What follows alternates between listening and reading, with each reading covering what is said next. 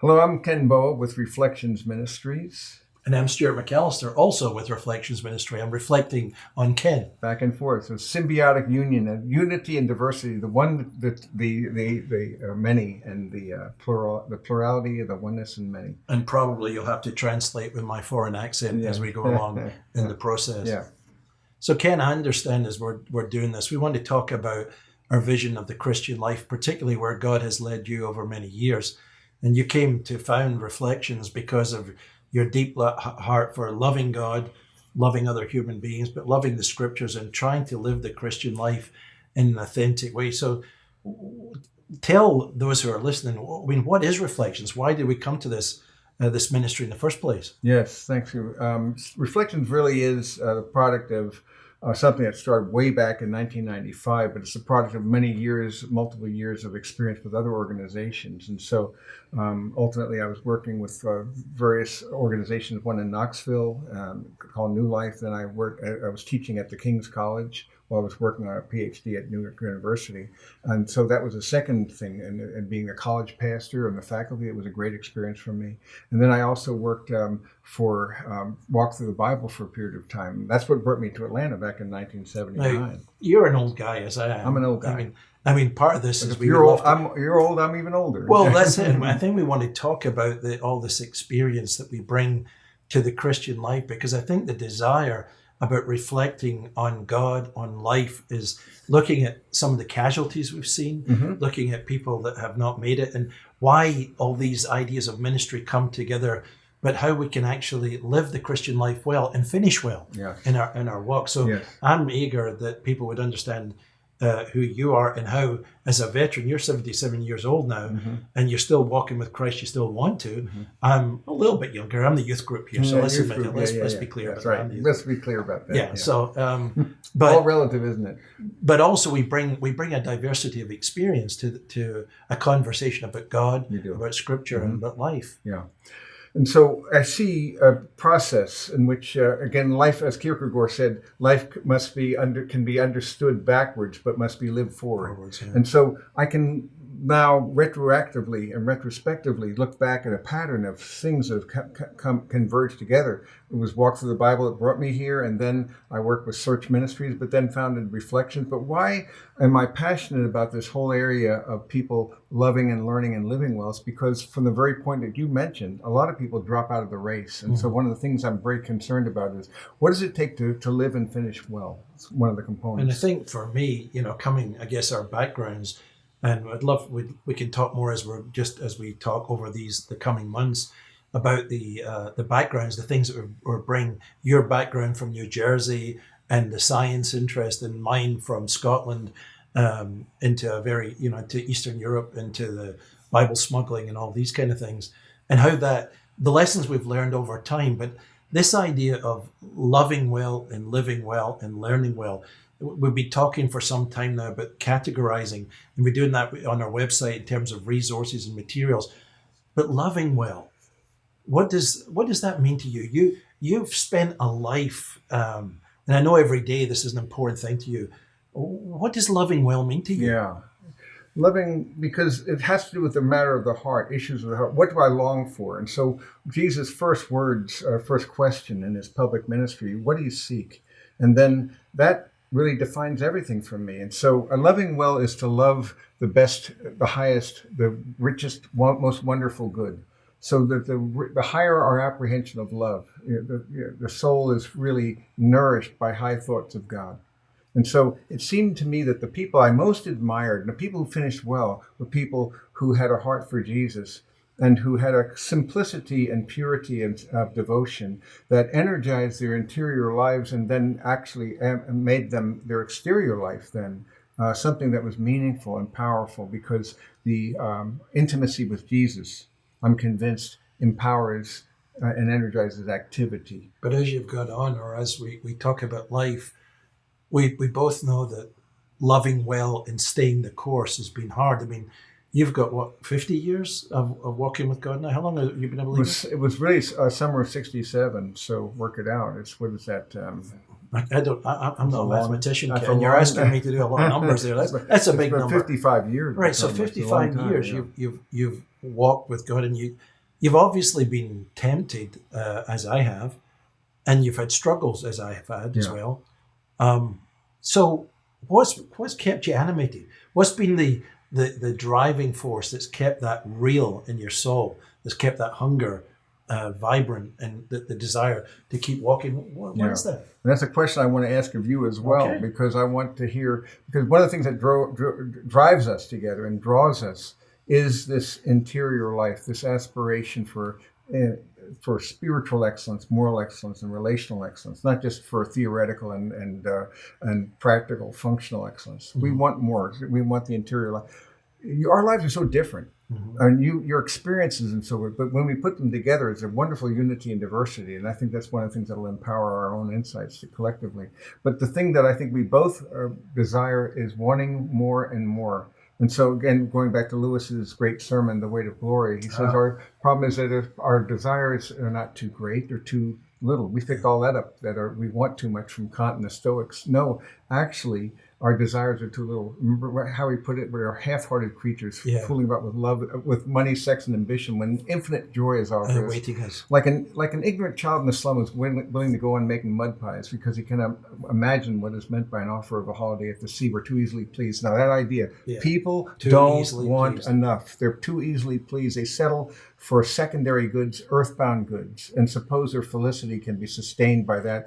And really, God has made us in such a way that nothing else less than the transfinite and the trans-temporal will be big enough to sustain the awful gravity and weight of the human aspiration. Yeah, that's very important. I think for me too. I think the hungers of the heart that exceed all the alternatives around us. So life comes at us with attractions, other loves. When Jesus talks in Mark chapter 4 about the worries of this world, the deceitfulness of pleasure, and the desires for other things that choke the word. So I know as a young believer, for me, there was that initial infusion of faith and excitement of the reality of God. But there was also the challenge, well, there are all these other people. I was working in Eastern Europe, in the communist countries, and came up against, of course, Marxism and then European secularism. And oftentimes when you're trying to share the gospel, people would look at you as if you're an idiot, or you'd switched your brain off, or you had an emotional experience that was cool for you, but that's not cool for me. It doesn't translate. And yet the reality of God, there was something in the cosmos. There's something of the cosmos in him, in the sense of that God created it. Something that was bigger, that always exceeded my desires. I knew that God was real because of conversion. I knew there was more, but this constant search to try and really grasp the transcendent, to grasp beauty, to grasp goodness and truth, and to live in alignment with that. Yes. I think that's one of the things that draws us together, is although we had such rich diversity in our backgrounds and we're very different in so many ways, yet the unity in that diversity is so rich because we still have the same love. We share the same desire, the same good. And as Augustine has told us, that really sin or evil is really a distortion, a kind of a parasite on a good. It's a distorted loves. So we have to redirect our loves. And one of the things we see, what do I want more than anything else? But let me make sure I redirect it so that the earthbound loves follow their final and proper place, because they're subservient to the love of agape. So, but it's important, Ken, and that was important for both of us at different levels. But the fact that Christianity and the gospel is describing reality and truth. Yes. I love C.S. Lewis, where he said that someone said to him, "Oh, you believe this because it makes you happy." And he said, "Oh, if I wanted to be happy, I always knew a bottle of port could do that. I believe in Christianity because it's true, not because it makes me happy." That's right. And I think that's an important thing for particularly many people today who think unless God gives us success and happiness on our own terms, or life measures the way I think if God is running a universe. But Christianity comes with a cross, and it comes with suffering, and it comes with pain. And that doesn't change the reality of it, does it? No, it doesn't. In fact, it amplifies the intensity of that aspiration precisely because it is through adversity and suffering that we share the causes of Christ. We bear our cross. I die daily, Paul tells us, taking up your cross, which means is the replacement of the autonomous self, the one who wants what he wants when he wants it. with the other-centered self. It's like a Copernican revolution that has to take place, I think, every day in our lives, where I have to submit. And when I say "Your will be done," it's your kingdom, your will, your reputation, not mine. But it's not natural for us. It's a supernatural good that God is. And I believe by the grace of God, we have been graced with goodness and grace, and that the more we realize everything is gift and grace, the more we realize we don't understand anything, but we can. There's one who loves us enough to woo us and pursue But us and trust us. you have a particular vision of the Christian life, so you an understanding. And Yeah. let's face it, you've studied theology extensively, you've studied science very rigorously, you've been a student of the arts and of music and many other pieces of beauty feeding into that nature, and yet at the heart of this, one of your landmark pieces of the ministry is the book Conformed to His Image. And it's interesting, John Stott, in the final message he gave at Keswick, said he believed that was really the central text of the New Testament, to be conformed to His image. So can you say a little bit Yes. more why did you land on that? Why do you see that? People will say, well, wait a minute, isn't the Christian life about justice? Isn't the Christian life about world missions? Isn't the Christian life about creating things? Yeah.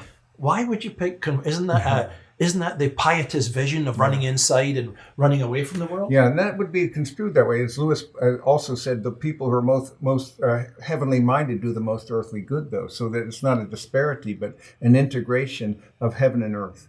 And I think part of that, why we are called to suffer, is because we're pilgrims and sojourners and wayfarers and strangers, aliens and exiles in this world. And it is through adversity that we are formed into and conformed into the image of Christ. And part of that is to remind us of the pilgrim way.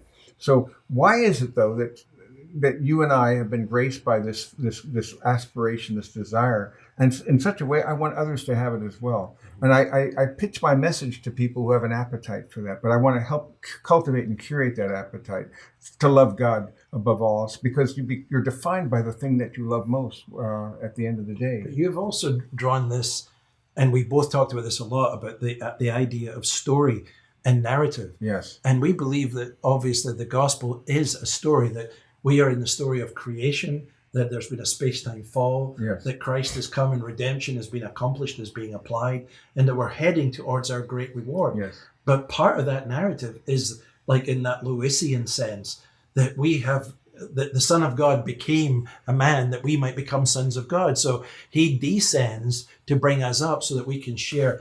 And that conformed to his image, being conformed in this life, is a part of an eternal journey. It's a part of an eternal destiny. It's a part of something bigger and greater and more majestic. So this isn't a gentle Jesus, meek and mild, shrink down to flannel graphs in your Sunday school class. This is the story of reality. It's reality, and it's very all-encompassing insofar as it's cosmic gospel.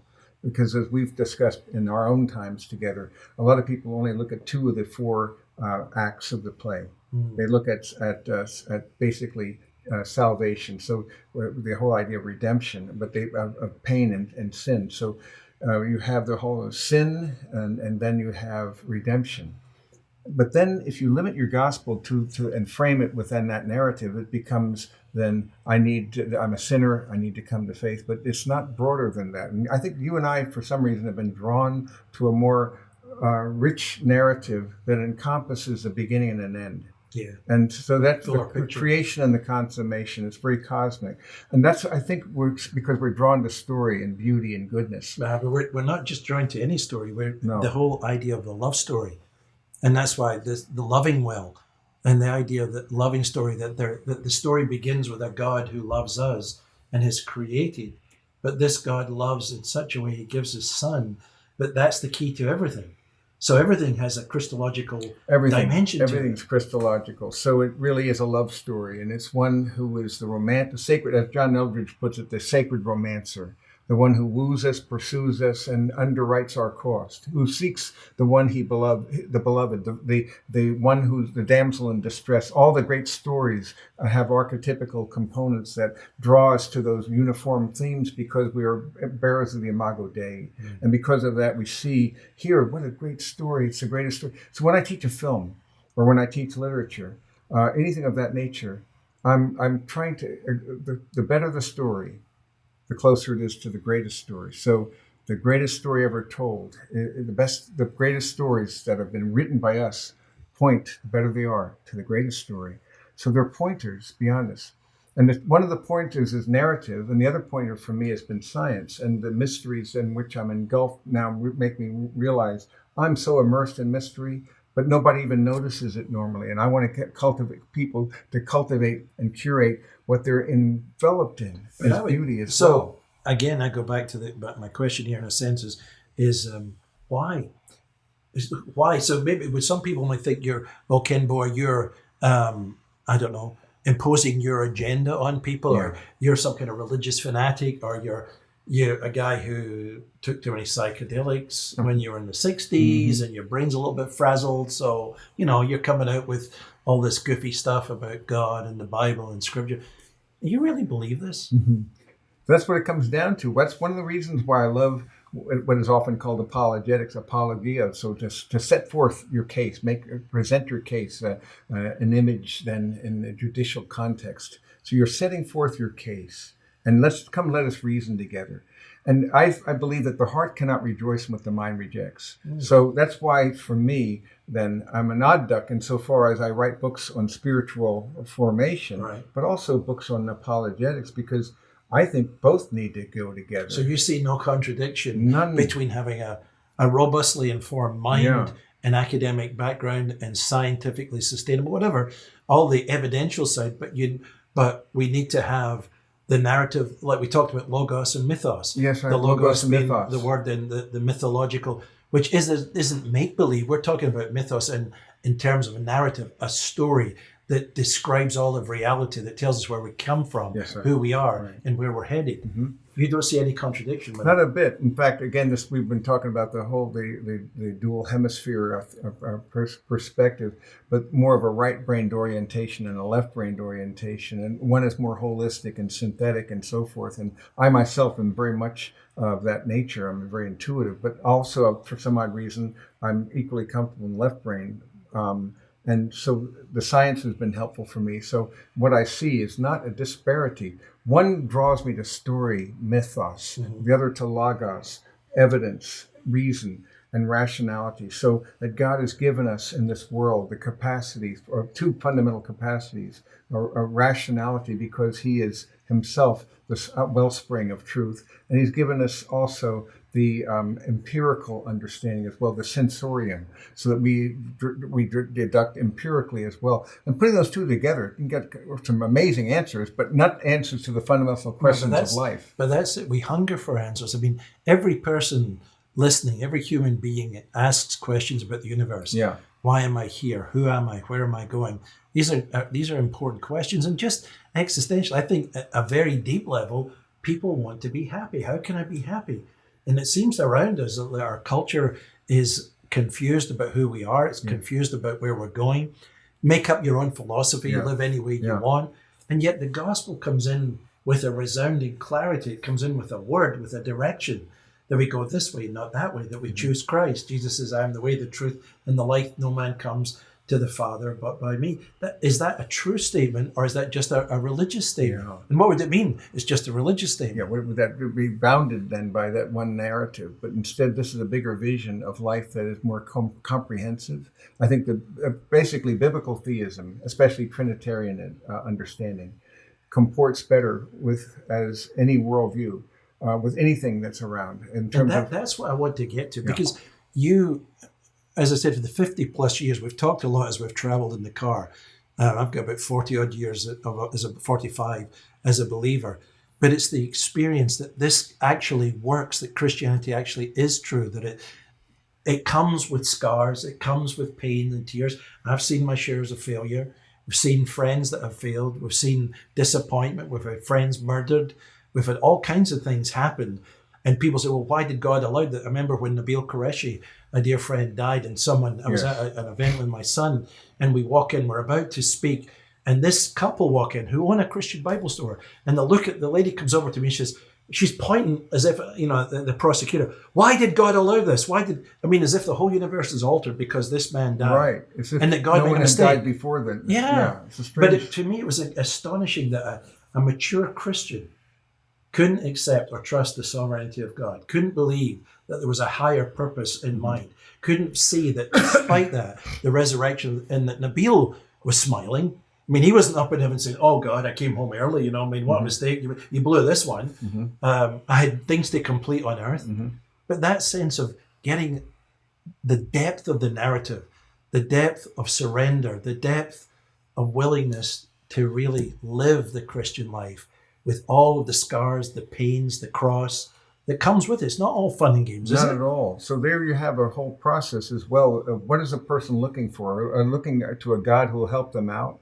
And so this whole idea of Sky Jethani's book, which we'll discuss sometime in the future, is it a God that you just want to use as a cosmic bellhop, a kind of a vending machine where you push the right numbers and put in the right, and he's supposed to pull this out so that then you have a bargain with God? It doesn't work that way.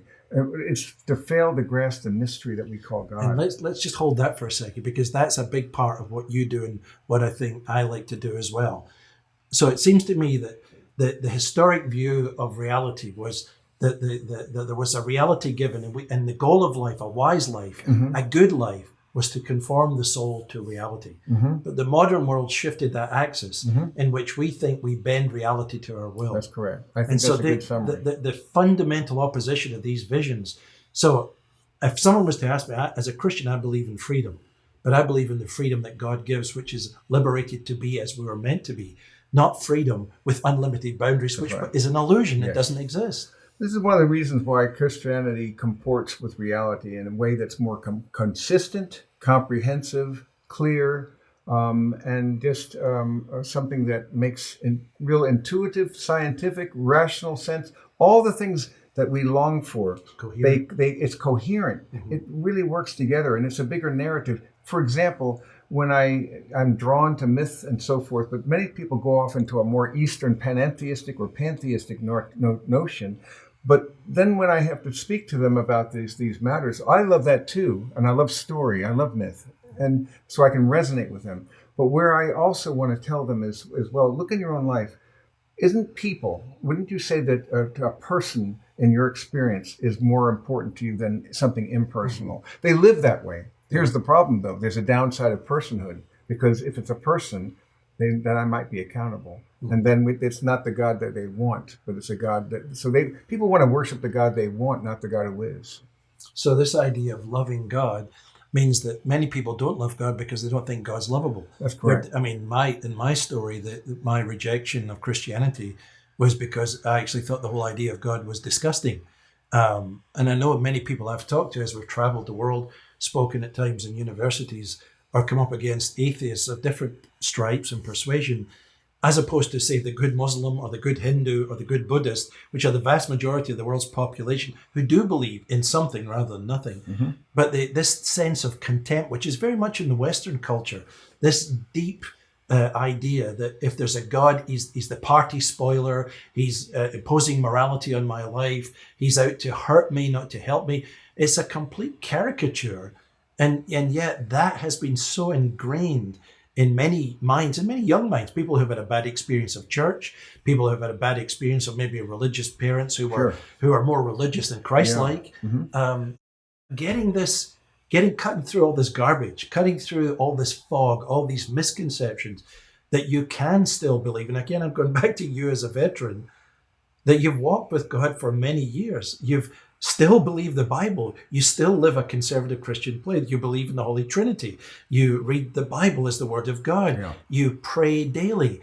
You follow the Scriptures. You teach people to do that because you believe that this is true. This is the way, the truth, and the life.